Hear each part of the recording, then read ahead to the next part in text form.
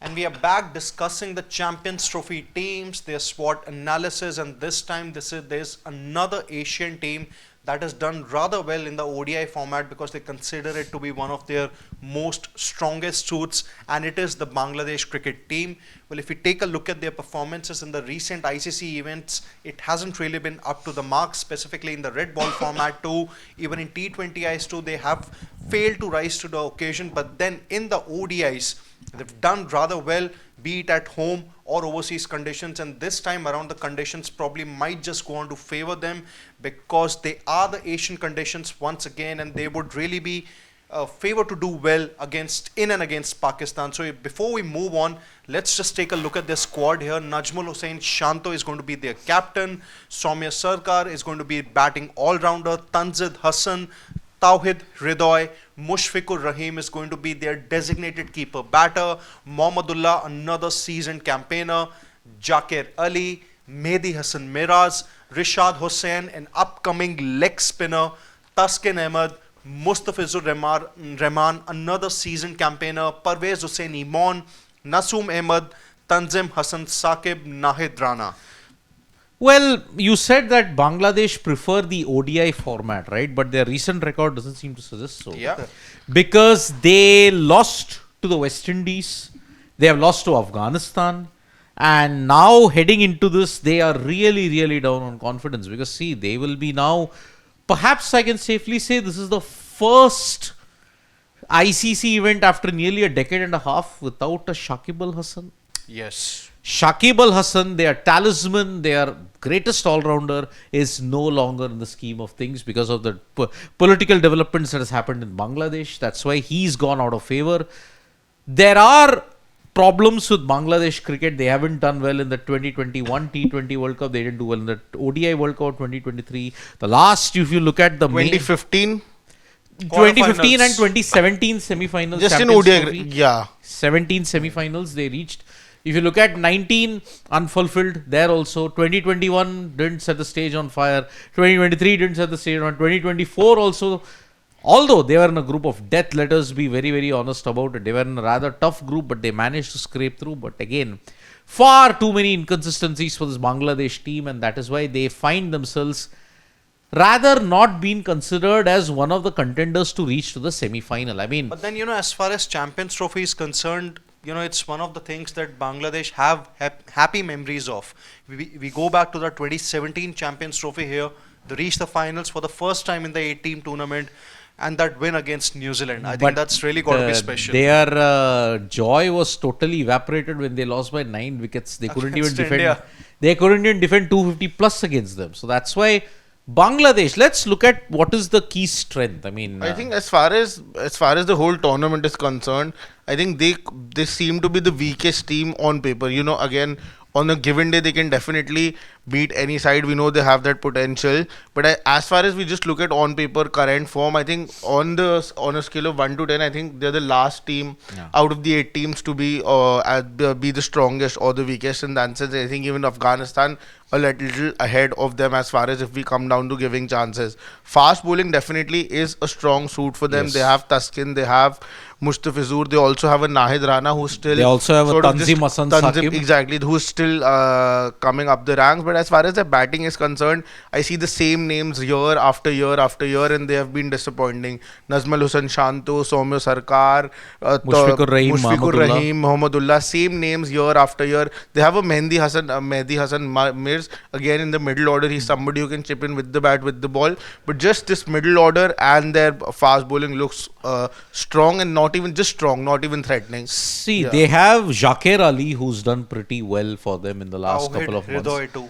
Tawhid Hridoy also has done well. But then see, this is the last, if you look at it, an ICC event for the likes of a Rahim, for the likes of a Mahmudullah. I think Mahmudullah has made it very clear that he's not going to be there in the later half. In 2026, he won't be there. He already bid an emotional goodbye. Champions Trophy is going to be the last for some of Bangladesh's stalwarts at this point. So that is why with no Shakib in the team anyway has a very dull edge when you look at it. But their fast bowlers do inspire me confidence. I mean, Tanzim Hassan Saqib, good prospect from the 2020 batch, if I'm not mistaken, on the 19 World Cup. Taskin, who's been there for quite some time, ever since 2014-15, he's been there for close to a decade. Fizz ever since that shoulder surgery, slowly getting back his mojo, but still not the Fizz who had troubled India in 2015. Then Mehdi Hassan with his all-round exploits he does inspire a bit of confidence, but the batting is the only concern that says that okay, against the likes of India, against the likes of New Zealand, against the likes of Pakistan, this team will struggle. But no one gave Bangladesh, when you look at it, when you don't give them a chance, they sometimes bring a surprise. I mean, look at it, 2015, I didn't pick them. I never thought that they would reach the quarterfinals. 2017, I never thought they'll reach the semifinals.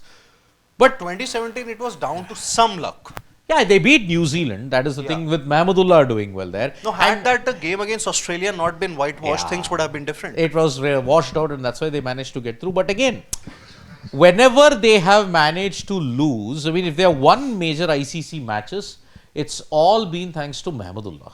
Mahmudullah has given them crucial victories in 2015 and 17. But even he is also the fag end of his career. The returns aren't there.